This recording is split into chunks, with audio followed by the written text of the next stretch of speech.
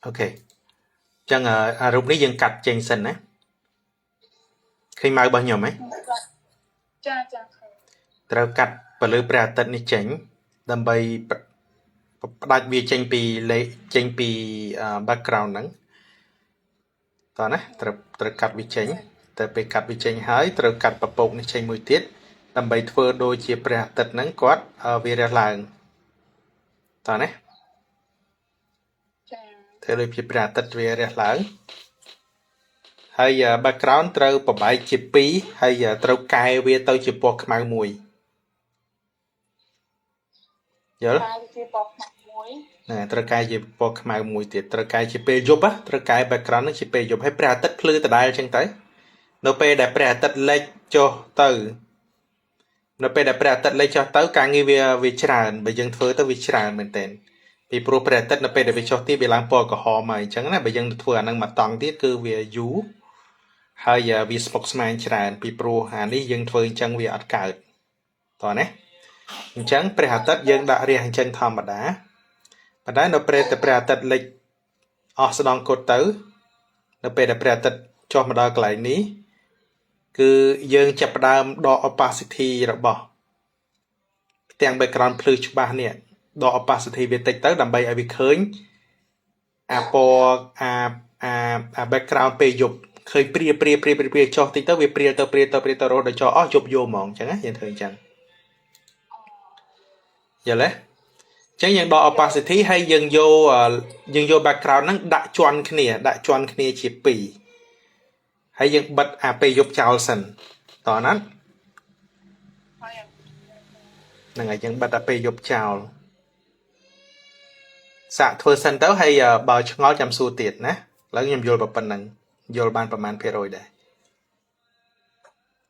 យល់បាន40%អូខេអញ្ចឹងយើងធ្វើថែមណាយើងធ្វើតេស្តមើលសិនអង្គុយគិតឲ្យធ្វើរហូតដល់អសល់ 0% មកបានហើយយល់អត់តែ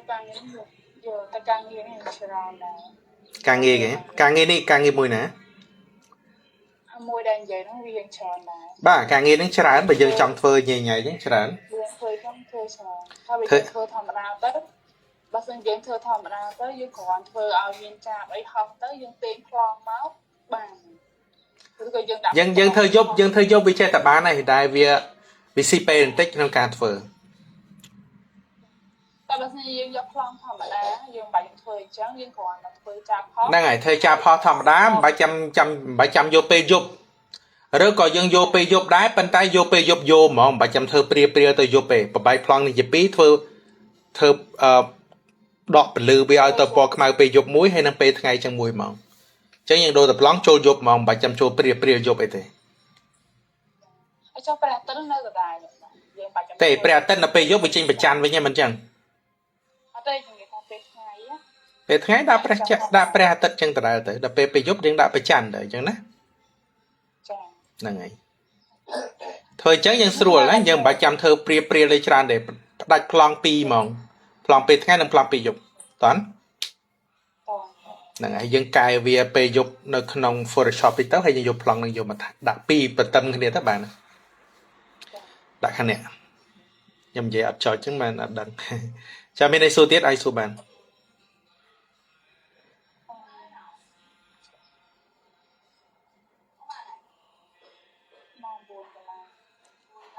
តោះមានអីសួរទៀតអាចសួរបានដូចតងលោកតាពួកខ្ញុំដល់រហូតទៅគឺអត់ឃើញមានពេលខ្លះរកអត់មានគឺយើងត្រូវបង្កើតបន្ថែមនៅក្នុងមេរៀនទីម៉ាពួកខ្ញុំមកមើលអត់ឃើញទៀតអរេអាហ្នឹងមិនមែនក្នុងមេរៀនទេមេរៀនយើងរៀន basic ទេសល់ប្រហែលយើងបបែកបើណាវាអត់មានគឺយើងបបែកចេញពីគោលការណ៍តែមួយទេយើងត្រូវការខ្ទមមេតាយើងដើររកមើលក្នុង Google ទៅដើររកខ្ទមមេតាយើងយកមកកាត់តដាក់តមកទៀតយើងប្រើ AI សម្រាប់ blend វាឲ្យចូលសាច់គ្នាតែមួយនៅក្នុង background ជាមួយ background ទៅបានហើយវាមិនមែនចេះតែមានគ្រប់រឿងទេណាយល់ទេវាមិនមែនចេះតែមានគ្រប់រឿងនឹងខ្ញុំផលិតមេរៀនដឹងចេញថ្ងៃណាចប់ទេវារកពេលចប់អត់ឃើញព្រោះវាច្រើនពេកអញ្ចឹងសល់ប្រហែលយើងរៀនបបែកវាអត់ចេះតែមានទេ តាសួរទៀត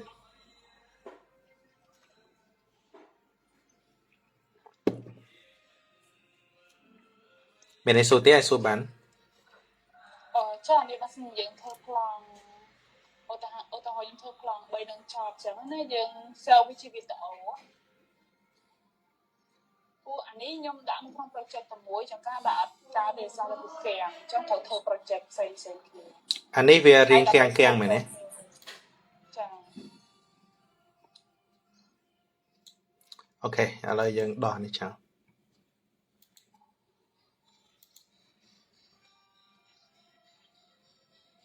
វាជាប់អានេះមានជាប់ណា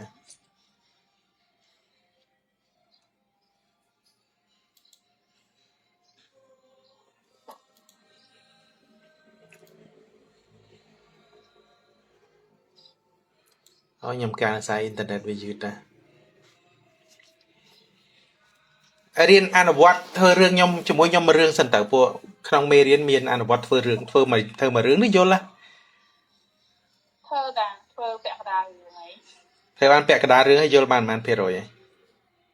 យល់បានច្រើនដែរយល់អាចជា50%ដែរយល់ពីរបៀបដើរធ្វើតួធ្វើអីអញ្ចឹងគឺយើងយល់តែចំណុចខ្វះខាតនោះគឺយើងបន្ថែមតួអង្គដាក់ដូរខ្លួនតួអង្គអីអញ្ចឹងណាវាពិបាកញ៉ៃកន្លែងហ្នឹងបន្តិចហើយយ៉ាងទៀតអានេះវាចូលប្លង់ច្រើនវាទាំងមកពីម៉ាស៊ីនយើងវាតូចសិនតូចបើមិនសិនតូចយើងធ្វើប្លង់តែនេះទៅបានទេធ្វើប្លង់មួយទៅប្លង់មួយសេតាមមួយសេយើងធ្វើបន្តគ្នាណាតែវាច្រើនណាខ្ញុំមើលម៉ាស៊ីននេះត្រូវដោះអានេះចោល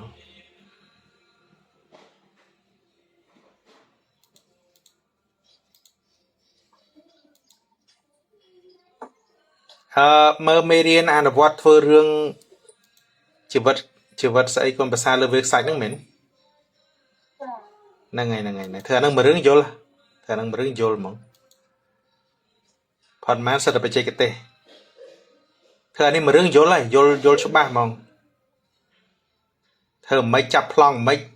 render មិនអីមិនណាហ្នឹងហើយធ្វើឲ្យចប់មួយរឿងឲ្យអស់មកហើយវាមានឲ្យវាភ្លឺភ្នែកតិចណាកុំតន់ហក់ទៅធ្វើអាហ្នឹងមួយរឿងចំណាយពេលអង្គុយធ្វើមួយរឿងចោលបានជាយើងយល់ហើយយើងអាចមកធ្វើរឿងខ្លួនឯងបានណាហើយសល់ប្រហែលខ្ញុំបន្ថែមបន្ថយណាចាំតិចខ្ញុំកែនេះមួយតឹងមែនកុំព្យូទ័រតឹង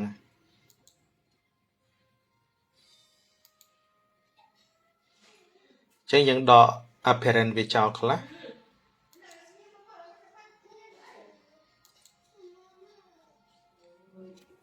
ត្រូវដក apparent វាចោលដើម្បីបដាលឿនតិច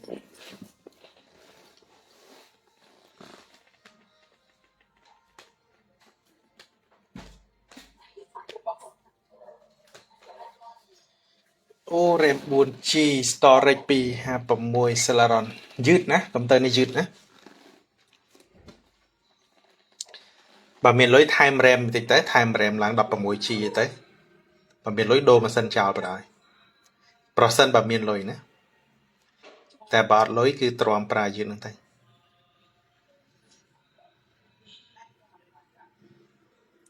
ិយាយទៅអាហ្នឹងលឿនបំផុត16ហ្នឹង16ឡើង8ឡើងវារឿងគួរសម16ឡើងរៀងល្អ16 32 64ឡើងទៅធម្មតា RAM យើង 4G អញ្ចឹងវាប្រើអត់គ្រាន់ទេប្រើទៅវាឆាប់ពេញណាវាឆាប់ពេញដល់ពេលវាឆាប់ពេញវាគាំងហើយវាបន្ទិញបន្ទើសគ្នាមិនដឹងថាណាត្រូវដើរមុនដើរក្រោយណាអញ្ចឹងខ្ញុំសុំដកពួកនេះចោលអស់ដើម្បីឲ្យវាម៉ាស៊ីនវាដើរស្រួលបន្តិចព្រោះនេះវាស៊ី space ខ្លាំងវាស៊ីកម្លាំងម៉ាស៊ីនខ្លាំងខ្ញុំដកនេះចោលអស់ណាដាក់ទៅ3បានហើយហើយខ្ញុំចុច OK ទៅ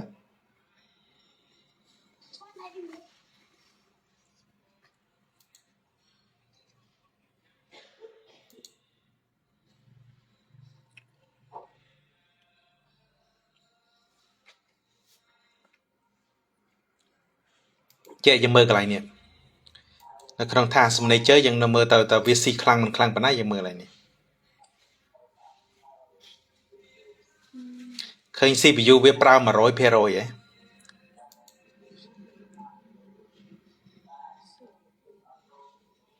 ឃើញ CPU កម្លាំងម៉ាស៊ីនរបស់វាគឺវារត់ទាំងអស់ហ្មងវាប្រើ 100% ហ្មងអញ្ចឹងកាលណាដែលវាលើសពី 100% គឺវាត្រូវ crash ហើយវាត្រូវចាំអាណាប្រើមុនអាណាប្រើក្រោយអញ្ចឹងវាយឺតណាយល់ទេចឹងអាណាត្រូវដំណើរការមុនវាដំណើរការមុនអាណាចាំក្រោយដល់ពេលយើងបញ្ជា program របស់យើងផងអានោះបើកផ្សេងផងស្ដាប់ចម្រៀងផងអីផងគឺវាយឺតហ្មងប្រែថាដូចចន្លោះទឹកយើងក៏ពងទឹកវាតូចវាចេញទឹកតិចយល់ទេមែនកម្លាំងម៉ាស៊ីនរបស់យើងវារត់អត់រួចហើយមួយទៀតគឺ RAM នេះ RAM memory នេះគឺ RAM របស់យើងគឺ 4G វាប្រើសឹងថា 92% បាត់ហើយអញ្ចឹងអាហ្នឹងយើងនៅប្រើអាហ្នឹងណានៅពេលដែលយើងបើកអានេះប្រើគ្រាន់តែបើកអានេះប្រើជាមួយនោះឡើងដល់ 100% មកអា RAM ហ្នឹងឡើង 100% មកគឺវាស៊ីខ្លាំងមែនទែនមកយល់ទេចាអាហ្នឹងបើសិនយើងលុបកម្មវិធីអីផ្សេងដែលយើងមិនចាំបាច់អាហ្នឹងវាអីអា memory ហ្នឹងវាចង់អត់ទេវានិយាយទៅ capacity របស់វាទំហំរបស់វាបានប៉ុណ្ណឹងលុបអីក៏ដោយក៏វាប្រើបានតែប៉ុណ្ណឹងដែរយល់ទេលុបអីក៏ដោយក៏ប្រើតែប៉ុណ្ណឹងដែរពីព្រោះកម្មវិធីរបស់យើងនឹងវាប្រើអានឹងធំវាប្រើ RAM នឹងធំឃើញ CPU ឡើង 100% ឯងដល់ពេលអញ្ចឹងវាយឺតដែរវាត្រូវតែយឺតដែរ 100% ត្រូវយឺតដែរអញ្ចឹងកម្លាំងម៉ាស៊ីននេះត្រូវដូរវាបើអាចនិយាយទៅដូរម៉ាស៊ីនហ្មងដូរកុំព្យូទ័រនឹងចោលបណ្ដោយម៉ាស៊ីននេះគឺ Celeron ប្រភេទនេះតូចបំផុត Celeron នេះគឺតូចបំផុតខ្ញុំប្រើ Core i7 ណាលើអានឹងចូល30ដងលើកុំព្យូទ័រនឹងជាង30ដង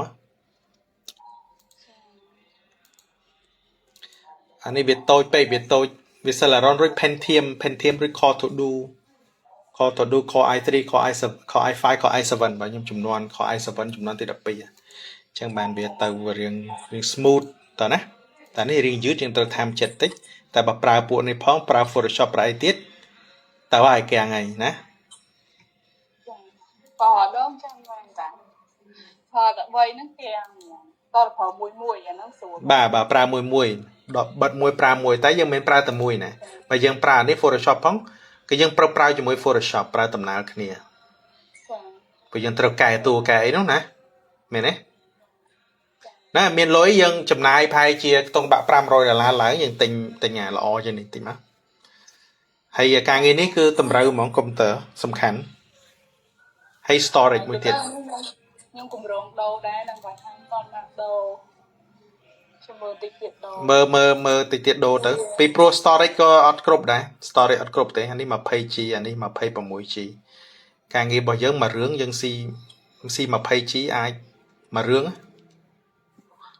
មួយរឿងស៊ី 20G យើងធ្វើតែមួយរឿងអស់លីងហ្មងអញ្ចឹងការងារនេះវាស៊ី space ធំ